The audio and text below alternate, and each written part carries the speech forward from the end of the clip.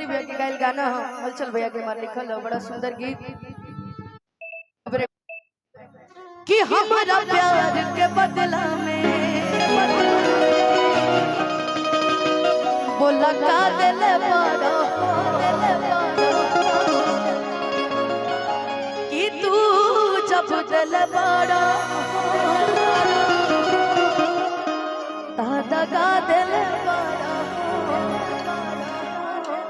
कि तू जब दिल बड़ा हो दादा का दिल बड़ा हो याद माती और हमके बिसरई अब जा जा जा जा भुला जाइए अब जा जा जा जा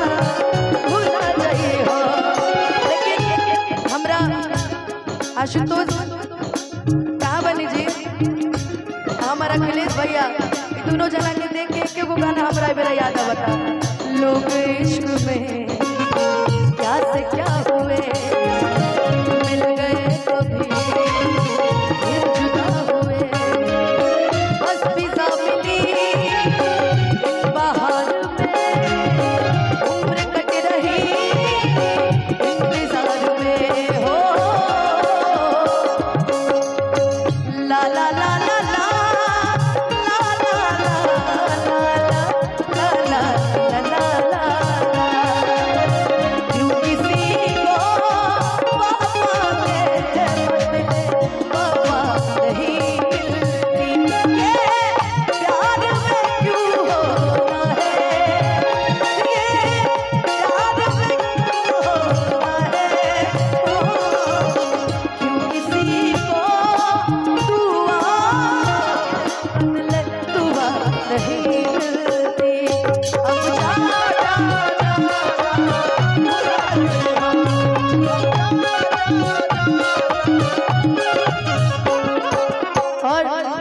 जाने दीजिए कल्लू जी आपने मेरा आंसू पोंछा है इसलिए मैं कहूंगी आपके लिए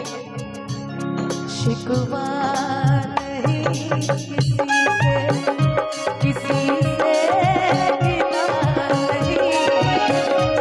शिकवा नहीं किसी से गिला नहीं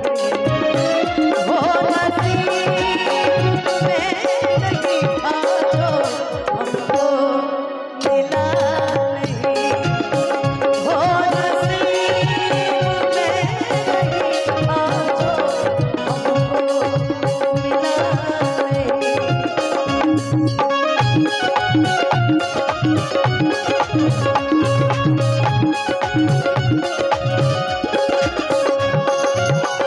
और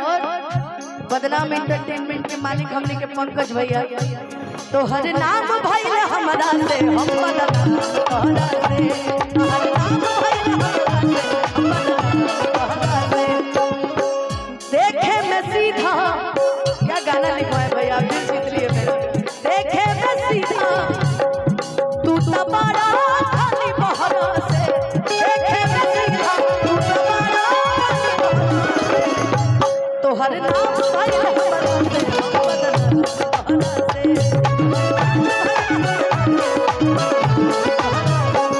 तोहरा के दे दिहनी ई करे जा करी के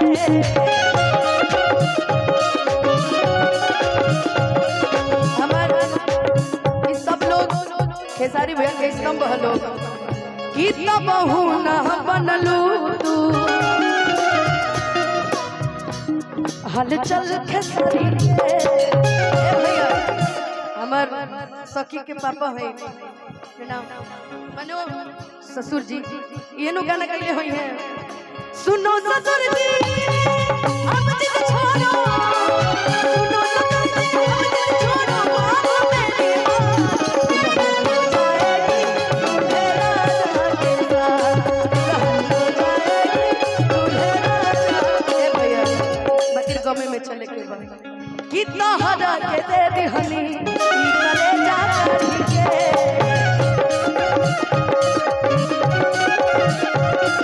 तब हुला बनलू तू हल चल खेसारी के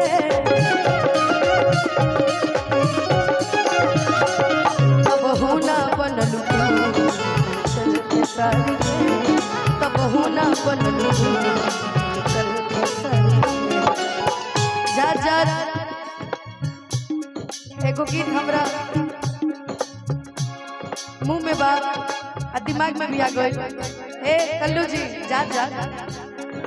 मैंने तुमको चाहा तुमसे प्यार किया अब कुछ तुमने याद भुला दिया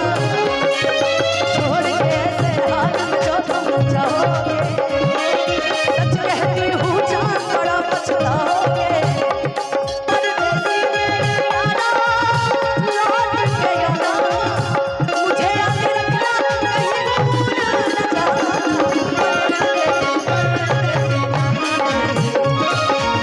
मुझे छोड़ के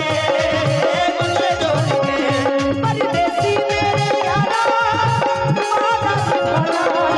मुझे याद रखना कहीं भूल न जाना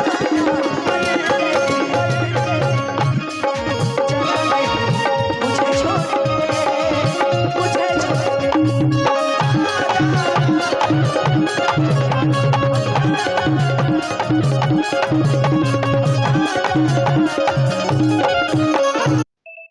भुला जाइए ना तू याद रखियो